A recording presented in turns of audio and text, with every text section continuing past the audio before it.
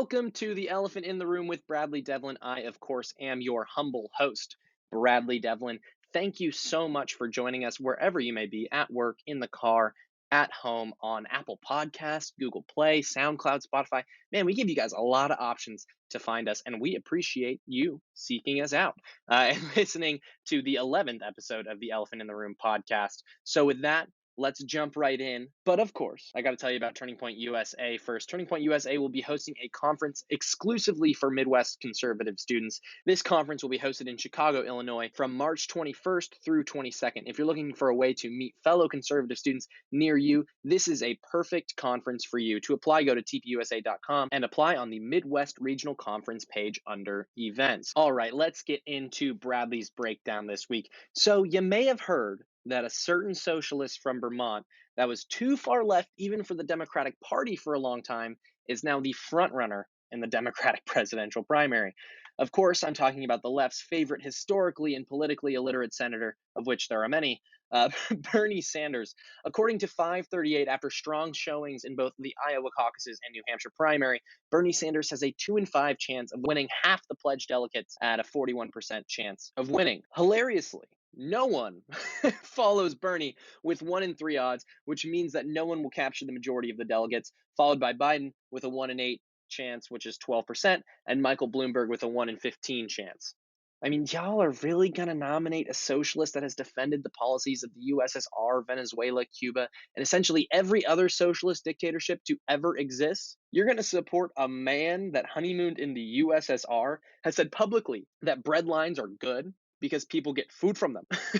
Because people get food from the bread lines. Which isn't really how that worked, by the way. If we just can we be abundantly clear, is because of shortages caused by top-down control of the economy. And he's also never clarified or reneged on statements made in the past 40 years about nationalizing the major industries in the United States. But he swears he's a Nordic-style socialist. Whatever. It's absurd to me, but nonetheless, it's the reality. So this week on Bradley's Breakdown, let's dive in on what precisely a Bernie Sanders presidency would do to the government's relationship to the economy. According to economic policy expert Brian Riedel over at the Manhattan Institute, Sanders' current plans would cost as much as $97.5 trillion over the next decade, on top of the already $60 trillion worth of expenditures projected over the next 10 years. State and local governments are projected to spend another $29.7 trillion from non-federal sources. And when that's added to the $157.5 trillion spent in a 10-year period, and then incorporating the $3 trillion states might save under the Medicare for All system, which they probably won't because they'll end up adding supplemental services when Medicare for All doesn't actually offer the services that some Americans that are most at a disadvantage require, the cost of government is projected to rise to $184 trillion. Now, government spending in terms of GDP would rise to 70%, making Sanders' spending 3.5 times more than the post-war historical average and would more than double the size of the federal government. The calculated $97.5 trillion bill comes primarily from 3 of Sanders' most expensive proposals. His Medicare for All plan would cost about $30 to $40 trillion over a 10-year period. And just a quick note on Medicare for All. Medicare for All would leave most Americans worse off financially for a lower quality product based on what we've seen out of government-run healthcare countries like Canada and Britain. Now, this is not to say that the American healthcare system is perfect, as costs are too high and choices too few, but Congress should be working towards real solutions to these concerns and not buying into this Medicare for All nonsense. No matter what Medicare for All advocates say, such a policy would only create more problems and resolve nothing. Okay, so he's also pledged to spend, on top of the 30 to 40 trillion on Medicare for All in the next 10 years, $16.3 trillion on his climate plan. And on top of that, he's promised Americans full-time government jobs with full benefits that pay $15, equaling another $30.1 trillion. Now, to finish off the $97.5 trillion statistic, Sanders' plan comes with an additional $11.1 trillion of spending divided up between student loan forgiveness and free public college tuition, which is $3 trillion, expanding Social Security, $1.8 trillion, $2.5 trillion on housing, and another $1.6 trillion for paid family leave, another $1 trillion for infrastructure week, hey, another $800 billion on general K through 12 education spending, and $400 billion on higher public school teacher salaries. This isn't sustainable. Sanders' tax proposals, as insane as they are, and many of them would actually probably be struck down by the courts, like the wealth tax, would raise $23 trillion at the most over the next decade. His Medicare for All contains $16.2 trillion in mostly broad-based tax increases. And that would rise to $19.3 trillion once his financings worksheet original $1.3 trillion wealth tax is replaced by his new $14.35 trillion version. Now, he claims his Social Security expansion totaling $1.8 trillion would be financed by new payroll and investment taxes, which is a pretty rosy picture of revenue gains because of the fluidity of investment in capital markets, especially when they're taxed. The Congressional Budget Office estimates that the financial transactions tax needed to pay for his higher education programs would raise $777 billion. His climate and family leave proposals each contain $200 billion in specified tax increases, and his government job guarantee would result in approximately half the American workforce being employed by the government. An additional $97.5 trillion in new spending being added to the projected $15.5 trillion budget deficit would create a 10-year budget gap of $113 trillion. Now, you might hear the Democratic or lefty talking point that this is just bringing the United States to OECD norms or European norms in terms of government expenditure as a percent of GDP. Despite the left endlessly trying to package Bernie Sanders as some sort of European lefty, the 35 OECD countries' average level of spending in terms of GDP is 43%. As of right now, the United States is at 38. So remember, Bernie's plans would increase that expenditure to 70% of GDP.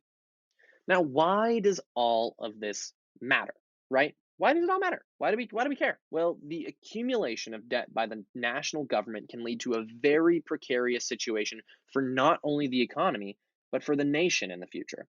If we do not address our fiscal challenges, but instead opt for government gluttony in the present day by essentially borrowing against our children, I mean, that is what we're doing. We're borrowing against our children. The economy will continue to weaken even if we granted someone like Bernie Sanders the assertion that his government programs would increase economic output in the short run, which obviously wouldn't happen. But that's what his surrogates are saying, right? What Bernie and his supporters don't see is the long-term trajectory set by these economic plans that are disastrous not only just for economic growth, but for the survival of the country. As the federal government acquires more and more debt, more federal resources must be directed towards interest payments, which ultimately means not enough money for all this free stuff Bernie is promising, which probably means more debt since since Bernie's already demonstrated he can't finance it through higher rates of taxation.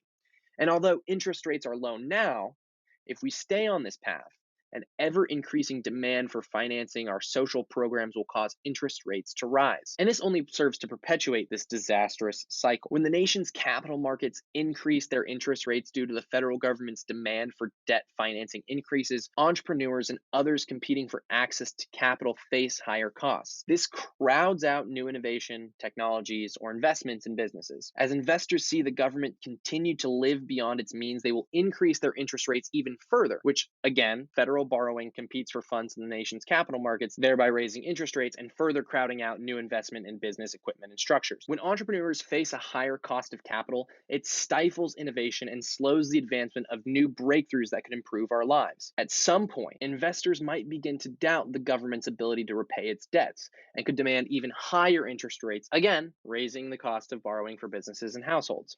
A poorly functioning capital investment market leads to lower productivity and lower wages for American workers. Not only would American workers be taking home less for their families, they too would face higher borrowing costs, making it harder for families to buy homes, finance car payments, or pay for college. All of this leads to a sovereign debt crisis, which has happened time and time again, especially in Latin American countries in the 20th century, when countries can't pay back their debts.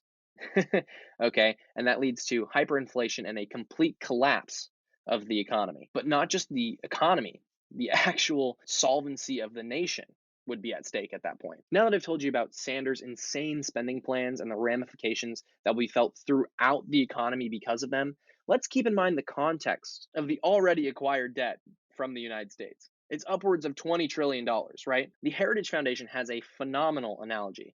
that boils down these astronomical numbers that we've been talking about, billion, trillion, blah, blah, blah, blah, blah, in a way that every American can understand. In this analogy, we pretend that the US government is a typical median family in the United States.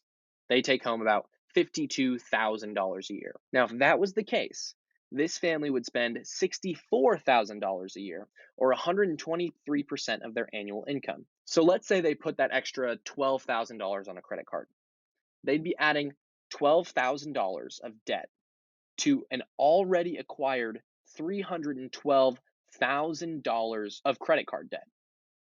No one would be allowed to live this recklessly in their personal lives. Yet our government continues to do so, and would do so even more under a Bernie Sanders administration. All right, this week for Campus Craziness, we are going to be talking about something that happened over at the University of Virginia last week. Yeah, it's pretty wild. The left is now advocating for segregation.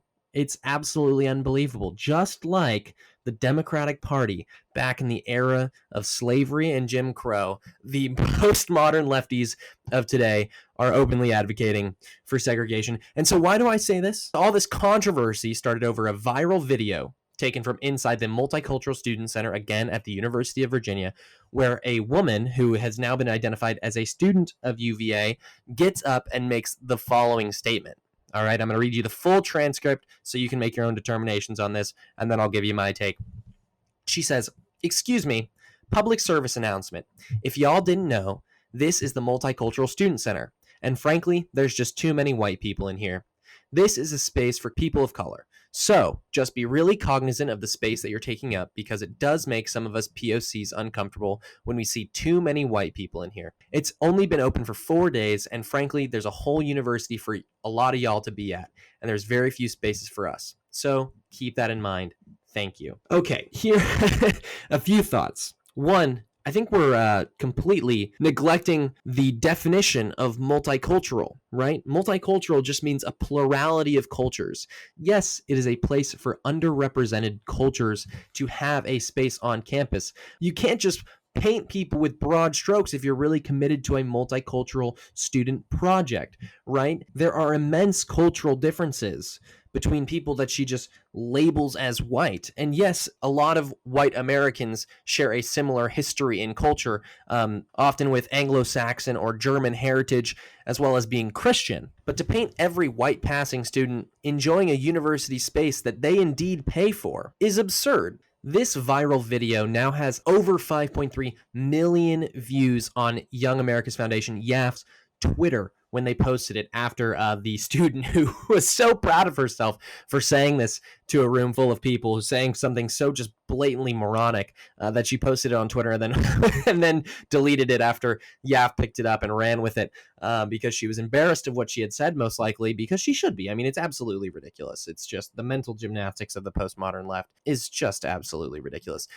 Anyway, this viral video has been seen over 5.3 million times because it is a perfect summation of what's happening on the college campus today. Entire bureaucracies, entire administrations, entire groups of university faculty aren't focused on actually providing students with the rigorous education needed to not only survive, but thrive in the real world. Instead, they're more focused on coddling students and giving way and crumbling to their every capricious and leftist whim.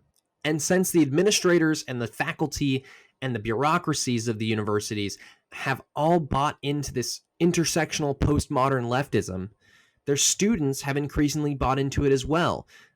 What's even more crazy than that initial video is possibly a man on the street video that YAF did over at UVA after this incident to see what students thought about what this young woman had to say.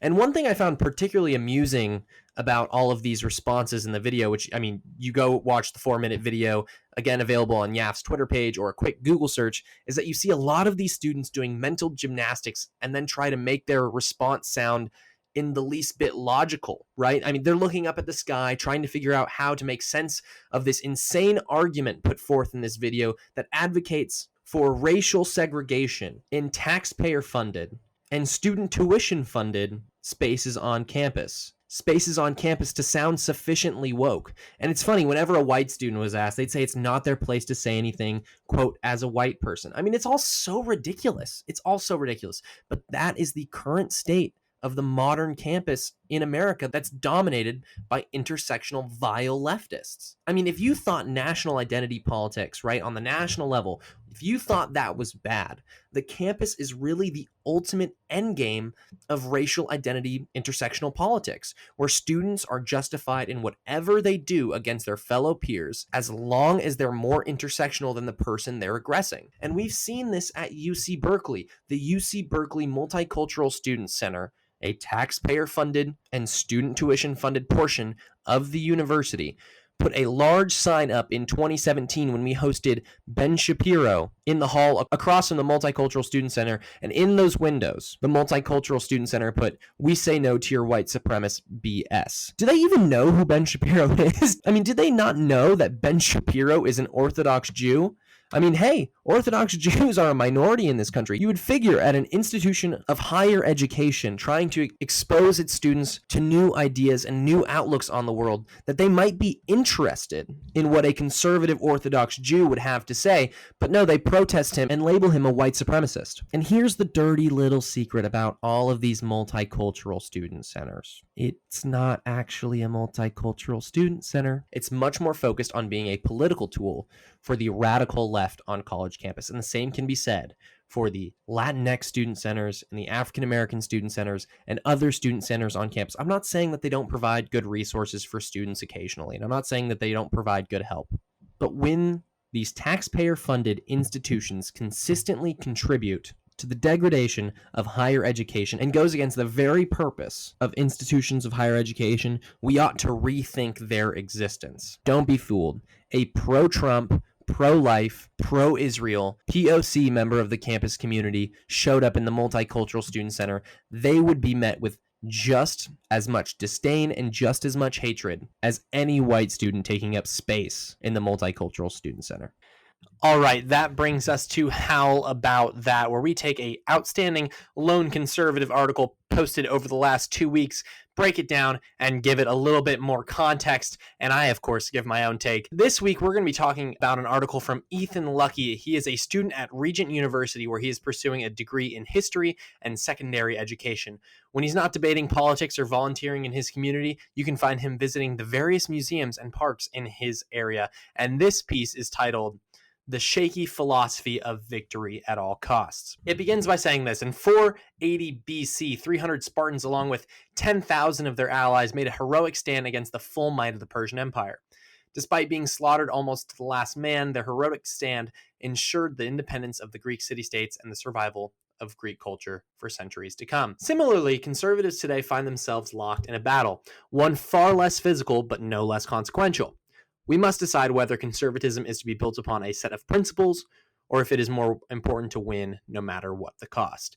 And of course, I think the impetus here for writing this is, you'll see this specifically with Caitlin Bennett, right? This Caitlin Bennett is also known as Gun Girl, who really has no principles, no moorings, but yet the social media conservatives continue to give her clout because she shows up and causes a ruckus at campuses like Ohio University. And of course, she doesn't deserve the treatment that she got at Ohio University. The best thing to do with that person is just leave her the heck alone. Don't give her the attention that she wants, right? I think a lot of this is in response to the social media grift, where we elevate people without fully knowing who they are, what they stand for, and aren't well versed in the philosophy that undergirds our American Republican and undergirds the conservative movement. And that was a harsh criticism in 2015 and 2016 of then presidential candidate Donald Trump. And of course, a bunch of people who are considered never Trumpers or rhinos or whatever have definitely come around to the way that he's governed the country, being more conservative than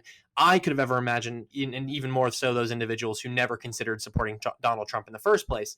Now, Ethan continues on.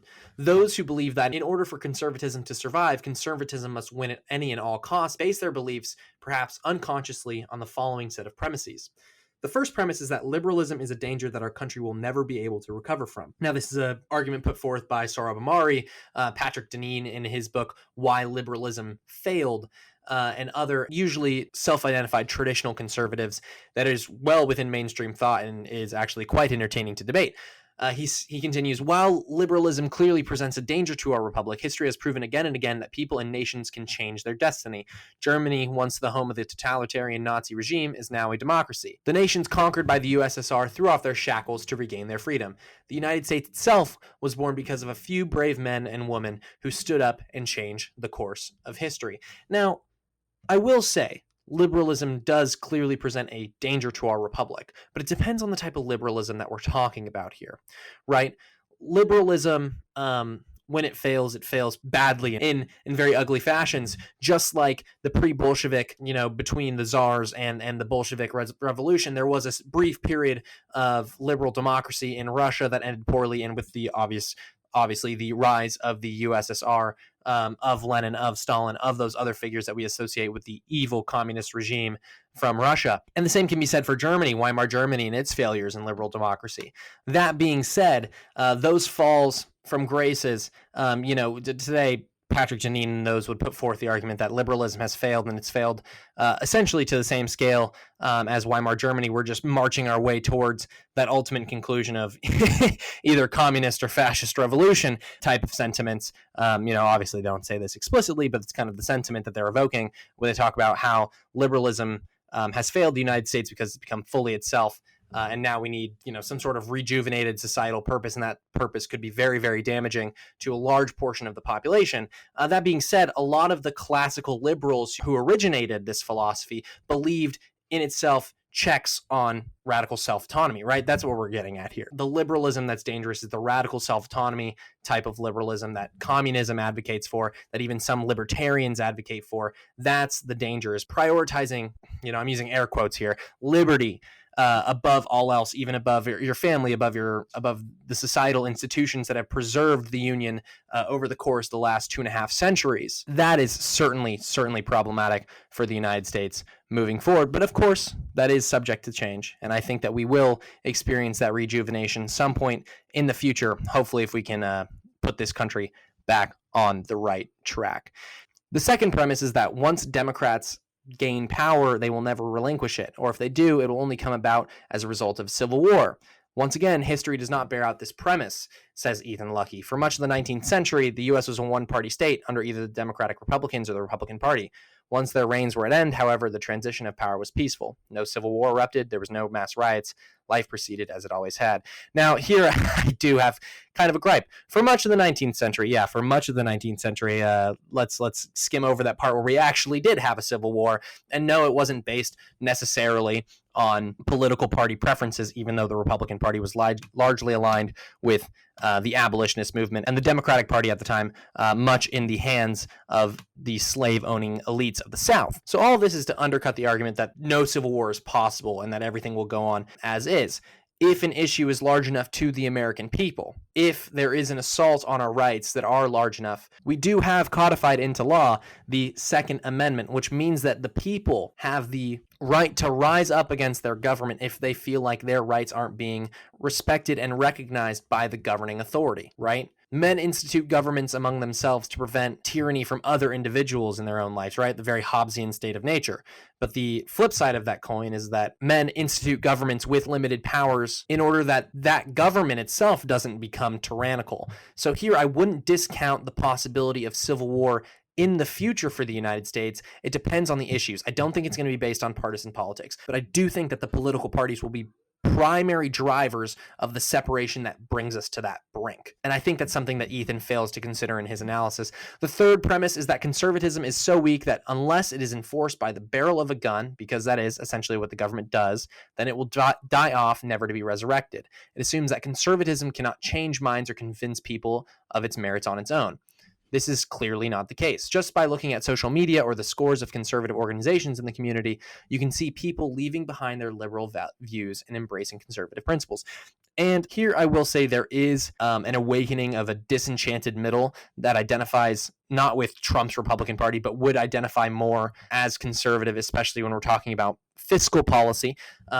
And more so conservative socially than, let's say the average college lefty that you run into. Here, what I think gets lost in translation with the piece is that Politics, of course, is downstream from culture, which is a point that Ethan makes next. He makes the point forcefully that politics is downstream of culture, but that does not mean that governance, not politics necessarily, but governance can have proper incentive structures for society to meet societal goals, right? We are a nation of peoples. We have national goals, and the government can do what it can to meet said national goals within the prescribed powers it has from the Constitution of the United States. I think that it's a little bit dramatic to say that conservatism needs to be enforced by the barrel of the gun. No one's threatening you with being shot if you're still pro-choice, even though I think that it's a silly position to have. No. But there are certain values that the conservative movement cannot capitulate on, and that is, of course, the right to life. I think here Ethan says that the conservative movement shouldn't capitulate on its principles in order to win at all costs. And on that point, I completely agree. But the other side of that coin is if we do capitulate on our principles in order to gain favor with the general populace, well, we've already done something wrong. If we capitulate on our values when it's convenient to the general populace, I think it does similar damage to the type of win at all cost politics that you've seen frequently in the media these days, right? And that's why I think so many conservatives rallied around Donald Trump, as strange as it is, because what they saw was a Republican Party that was capitulating on the important social values and opting for a more libertarian stance on these social issues. And I'm not saying Donald Trump is the most traditionally conservative president, but he was a fighter. He will definitely counterpunch the left for coming after conservatives for their social values. And quite frankly, he's met up to some of his talk, especially with how pro-life of a president he's been, especially with how ardently him and his administration has defended religious liberties and the like. The final premise, right, we kind of glossed over 3 and 4, which the fourth premise, of course, was the politics is downstream of culture, and I kind of lumped those two together. But the fifth premise, he says, the final premise is that conservative candidates, once elected, will become conservative politicians. Yet all too frequently, we see candidates who promise to reduce the national debt turn around and increase the national debt to the highest level we've ever had. We've seen candidates who claim to support gun rights and then decide to endorse red flag laws. We've seen candidates claim they will defund Planned Parenthood, and yet they continue to fund it year after year. Winning alone doesn't guarantee conservative governance. And here I would completely agree that when you bring the grift into the movement, don't be surprised when they show their true colors. And I think that's the primary point I've been trying to make time and time again. Let's not worship politicians. Let's not worship President Trump. Let's not worship at the altar of the Republican Party. Stay true to your values. Stay true to your principles. Stay true to conservatism as a sensibility, as a worldview that's existed throughout the course of human history. Conservatism is the only political sensibility that takes into account human nature, right? The innate tendencies of humans as biological and evolutionary creatures, and lets that play out in a landscape that is consistently changing, right? It's finding the unchanging ground in a world and in a landscape that is consistently changing, and recognizing those base instincts, those foundations for what they are, and recognizing that the only way to sustain society is in some parts to let individuals be free to act on those inclinations, to have a freedom of conscience, which comes out in our laws as freedom of speech, assembly, association, religion, things of that nature, rights of that nature, while also recognizing that those rights can only be extended to our children and our children's children if government has in place the proper mechanisms to check and curb those base instincts when they manifest in a very, very damaging way to society, to others, to your family, to your community, right? That's why you can't murder and steal. So, of course, even though Ethan and I diverge on some of our points here, I certainly agree with his overall assertion that conservatism relies on stay true to its values and not politicians, not activists, not social media stars. Stay true to the values of conservatism because it is the best and proven way to ensure human flourishing on every level of society, no matter your background. All right, that does it for How About That. Listen, if you want to hear more from Ethan Lucky and any of our other great columnists, contributors, and writers, visit loneconservative.com. And if you are in high school or college and wish to write for Lone Conservative, click that Apply Now button and make sure you fill it out so you can be a part of the Lone Conservative team. But if you're not in college or in high school and want to help out Lone Conservative, want to help out this show, please click the Donate Now button on the top of the loneconservative.com homepage. Again, that's loneconservative.com. Go visit and check out all the things that we have in store. All right, that does it for Bradley's breakdown. Let me tell you first, before we get into How About That, about the Leadership Institute. It may only be February, but graduation is coming fast for the class of 2020, myself included. And with graduation comes the daunting task of job searching. Yes, I know the pain.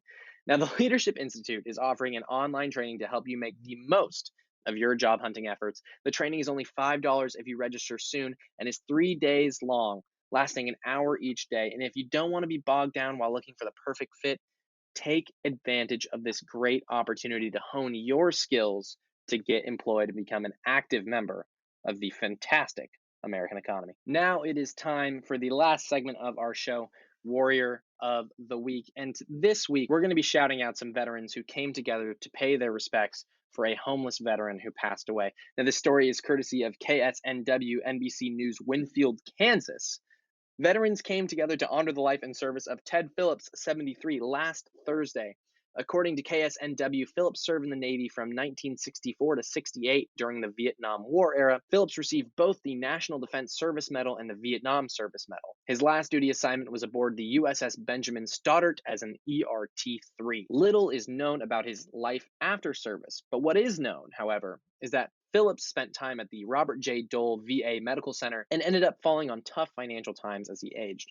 What's heartbreaking about this story is that Mr. Phillips' story isn't necessarily unique. Data from a 2019 report from the U.S. Department of Housing and Urban Development estimates that approximately 40,000 veterans are homeless on any given night. And over the course of a year, that number can double. When these homeless veterans do pass away, most of the time, which is something that could have absolutely been prevented given the proper medical care and access to housing, they are often laid to rest in solemn, sparsely attended services, as the surviving family of the deceased can often be difficult, if not impossible, to reach. Ted Phillips was said to have a sister, but she was unable to be contacted preceding his burial. Instead, brothers in arms came together to honor him. When it was discovered that a homeless veteran from Wichita would be buried with no contactable relatives, spouses, or dependents, a fellow Wichitan, unrelated to Philip, went to social media to invite anyone who could come to honor the memory of a sailor they have never met. The funeral at Rest Haven Mortuary in Wichita attracted dozens from the area.